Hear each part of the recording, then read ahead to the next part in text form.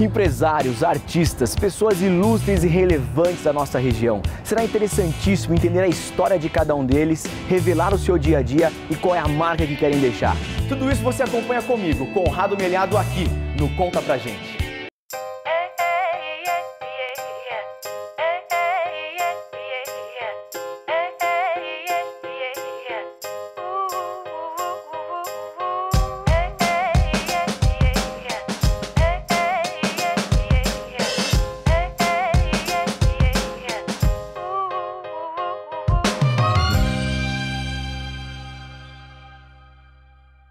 Hoje você vai se envolver com a história de um ícone que usou sua força, talento e destreza para superar limites e conquistar vitórias. Desde garoto, aos 7 anos de idade, foi campeão brasileiro de ciclomotor e hoje é o maior piloto de uma alta velocidade do Brasil de todos os tempos. Fez história no mundo carregando a bandeira brasileira no peito, empresário, dono de sua própria equipe, grande incentivador do esporte no Brasil. Vamos falar com a personalidade Alexandre Barros. Conrado, tudo bem? Tudo bem, Alexandre? Tudo bem, como é que tá?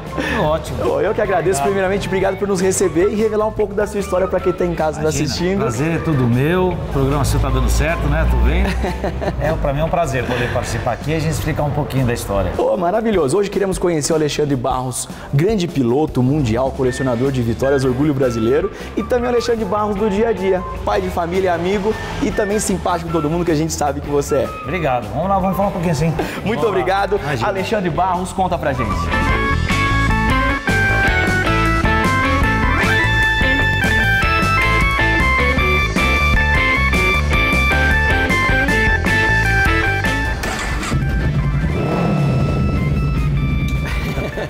Alexandre, sua história é contemplada em 30 anos como piloto profissional, 21 anos disputando mundiais, participou de 10 equipes de ponta, ganhou 10 títulos internacionais e internacionais, foram 107 pódios, 54 vitórias, 69 voltas mais rápidas e 56 pole positions. Números expressivos e admiráveis, Alexandre. Esqueci de alguma coisa?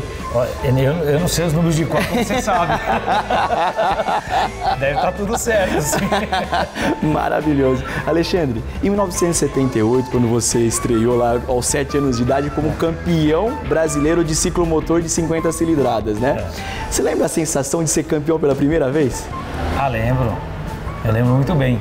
Às vezes na infância a gente esquece algumas coisas, mas outras coisas que são importantes não. Eu lembro da minha primeira vez em Interlagos, quando eu fui andar de motocicleta. Qual que foi a sensação? Rabeta. Só que Interlagos era aquela pista antiga, grande, né? Era quase 8 km antigamente, né? Hoje é modificada. E era um treino de ciclismo. Eu peguei uma mobilete, não tinha rabeta, sentei no ferro direto. E meu pai falou, vou de bicicleta atrás. E acelerei e fui embora. Só que a pista era tão grande que eu me perdi. Eu ia pra frente, ia pra trás, pra frente, pra trás, né? E depois a gente treinou durante 2 meses e aí fizemos a nossa primeira corrida que eu consegui ganhar. E naquela época a categoria chamava ciclomotor. Sim. E corria as mobiletes e as PUC. Eu não sei se é da sua época. Famosa PUC, né? Eu sei. Naquela época tinha aquelas motos sem marcha, tipo uma scooter, mas é motocicleta, né? Não tem marcha, ela é direta. E aí foi o nosso primeiro título, foi em 70, comecei em 78, eu fiz a última corrida do ano, em 79 eu fiz o ano inteiro e fui campeão. E foi campeão. Legal, quando você começou também, não tinha nenhum brasileiro que você se espelhava, você foi o brasileiro que mais foi longe na categoria no motociclismo mundial, né? Naquela época, você e o seu pai, quando você começou todo o seu trabalho e tudo mais, vocês imaginavam que um brasileiro poderia despontar tanto no mercado mundial? Olha, é difícil. Estamos falando de uma época que, principalmente pela mídia de comunicação, que era muito mais escasso comparando com a de hoje. Era outro mercado. Sou da época que escrevia a carta, que morava na Europa, escrevia a carta e depois de 2 meses recebia a resposta. Você pensa nos dias de hoje, isso é um absurdo, né? Com certeza. Então, assim, era importante destacar também que naquela época a gente teve alguns brasileiros que foram para a Europa, sim. E o que teve maior destaque foi a do Celso Santos, que foi o primeiro brasileiro a ganhar uma corrida, que acho, se eu não me engano, foi 73, 74. Certo. Isso quando eu era muito pequeno. Na categoria principal, eu fui o primeiro brasileiro que consegui chegar. Agora, naquela época, para a gente começar, primeiro que as motocicletas eram motocicletas tipo sem preparação nenhuma. Hoje você compra uma moto que nem essa aqui, que é uma CBR 500, que está preparada para pista, mas ela de rua já vem com carenagem, já vem com guidão baixo. Naquela época as motos vinham tudo alta e você tinha que modificar a motocicleta inteira. Então você tinha que construir a motocicleta, né? Você não pegava a moto semi-pronta, vamos dizer assim. Todo acesso a equipamento, acesso a informação era através de revista e telefone. Não era essa facilidade que é hoje. Assim, existia dificuldade, as coisas eram mais distantes, não tinha transmissão de corrida, você só sabia as informações. Eu lembro com meu pai que a gente ia na banca Cidade Jardim, que é o único lugar que tinha revista importada, para comprar a revista italiana Moto Sprint. Aí a gente comprava a revista de 2, 3 meses, né, que tinha saído lá, e essa revista semanal, a gente pegava a revista e por fotos a gente se baseava nas coisas e ia construindo as coisas no Brasil. Pra você ver como era a época. Então assim, eu fui piloto, mas os desbravadores foi o pessoal que me ajudava. Meu pai era açougueiro, tinha açougue e aprendeu a mexer em motocicleta, fazia motor, chegou a soldar chassis, fazia de tudo para que as coisas acontecessem, né?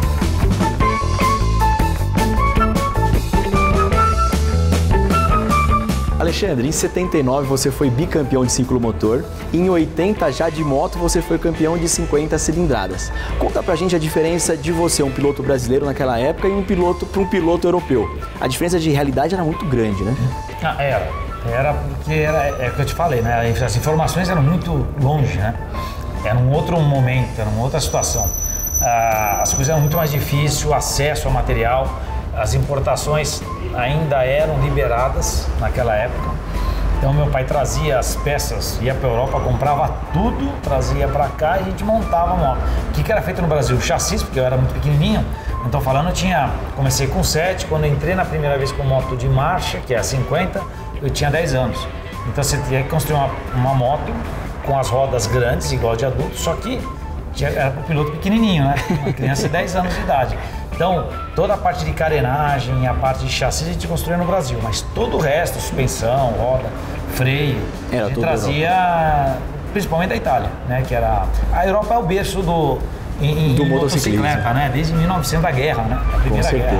Com 14 anos, você foi campeão brasileiro de 250 cilindradas, foi campeão das 200 milhas de Interlagos com 125 cilindradas e campeão das 12 horas em Interlagos com 125 cilindradas também.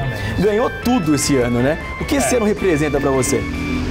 Foi o último ano meu no Brasil, né? Correndo o campeonato nacional. Teve uma prova também pontual que naquela época existia, que era Copa Brasil, e era uma prova pontual. No final do ano. Que a gente também conseguiu ganhar de 250, que foi em Cascavel. Mas é uma prova pontual, né? Sim. Só no final de semana. Então, esse ano, eu tinha já conquistado todos os títulos. Eu tinha de 14 anos para fazer 15 no final. E a 250, na época, quem não sabe, é comparada à Moto 2 hoje no Mundial. Né? Uma expressão na velocidade. Era rápida, uma moto de 240, 250 por hora, mais ou menos. Interlagos. E ali estava com 14 anos. E assim, tinha ganhado tudo no Brasil. Tá. Aí surgiu depois a chance, né? De ir para fora. Mas esse ano representa o que para você? Foi um ano importantíssimo. Foi o meu primeiro título na categoria principal. Porque no ano anterior eu tinha corrido, entrei nas 250, só tinha corrido 3 corridas, né? Porque com dificuldade de patrocínio, porque você sabe que esse esporte é caro. E no ano seguinte a gente conseguiu fazer a temporada inteira e a gente conseguiu o título brasileiro, que era o título principal. É que nem você ganha de 1000 cilindradas hoje. Com certeza. Legal. E no ano seguinte você teve a oportunidade de ir para a Europa. Como foi essa transição Brasil-Europa para um adolescente que você era na época? Então, naquela época tinha as categorias no Mundial de 80, 125, 250 e 500, né? Essas eram as categorias do Mundial. O problema é que eu estava para completar 15 anos de idade no final do ano. Um adolescente. E a idade mínima era 16. E eu já tinha ganhado tudo. Eu falei, a única possibilidade para correr 250 tinha que ter 18 anos na época. Sim. E para correr no Mundial de 80 ou 125 tinha que ter 16 anos. A história que você mentiu a idade é verdade? Exatamente. Meu pai fez um documento dizendo que eu tinha nascido um ano anterior, né? Pra ter. Só que eu tinha cara de idoso ainda pra ajudar, né? A situação não ajudava muito. Então todo mundo me olhava assim, olhava... O chassi de olhava a cara assim, de vez em criança de 12 anos, e falava, você não tem 16 anos? Eu falei, não, tenho. Olha o papel aqui. Mas aí eu corri, fiz o Mundial inteiro, foi uma belíssima oportunidade.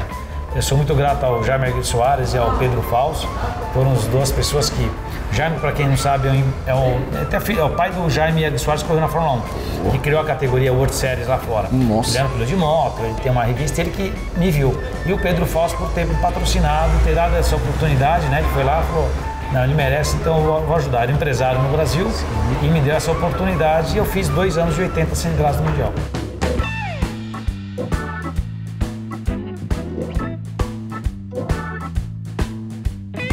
Alexandre, com 18 anos, já maior de idade, você foi o piloto mais jovem a correr de 250 no Mundial.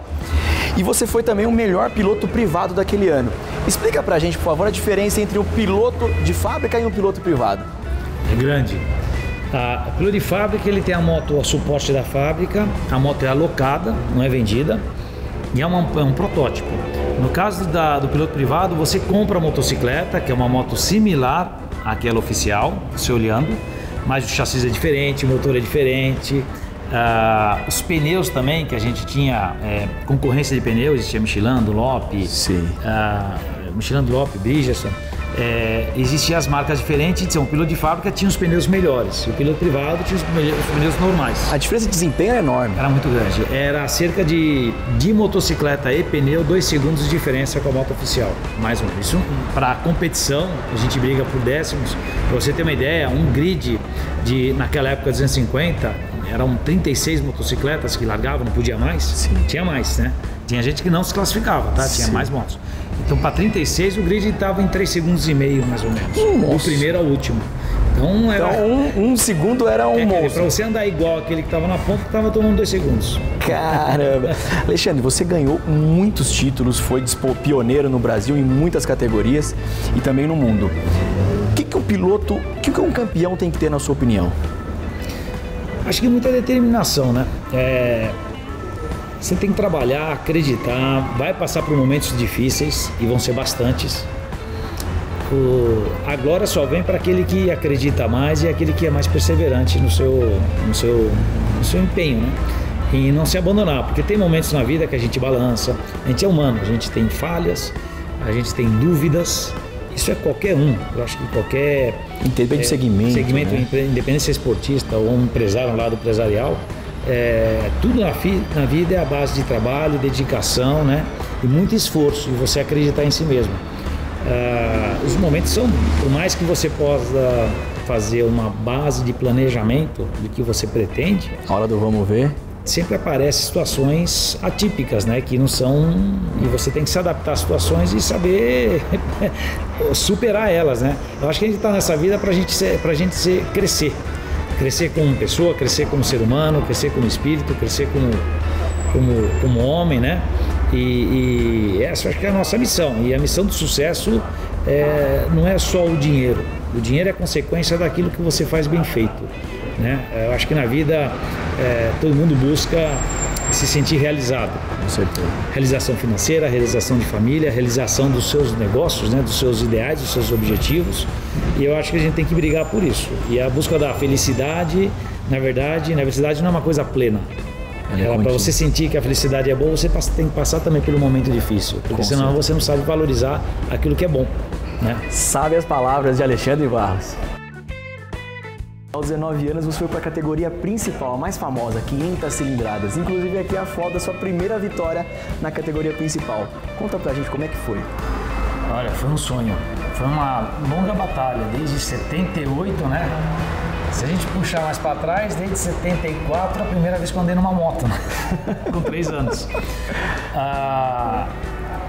Passa um filme na cabeça, porque você chegou no topo do mundo, né? Quando você consegue a vitória na categoria mais difícil e mais competitiva do mundo, e bater pilotos na época que você tem companheiro da equipe, o Kevin Schwantz, que foi campeão. A gente foi campeão como equipe do mundo. Ele foi campeão do mundo e a equipe também foi campeão mundial, porque tem a somatória dos 2 pilotos também. E essa foi a última corrida do ano. E é engraçado que nesse ano, muita gente deve saber disso, que acompanhava, eu bati na trave 2 vezes com a vitória. Fiz burrice, né? Caí na última volta liderando a corrida, né? E aí foi na última corrida a gente conseguiu a vitória. A sensação É quando você liga tanto para um negócio, sabe, trabalha anos e anos de dedicação, de superação e você consegue. É indescritível o que você sente ali naquele momento.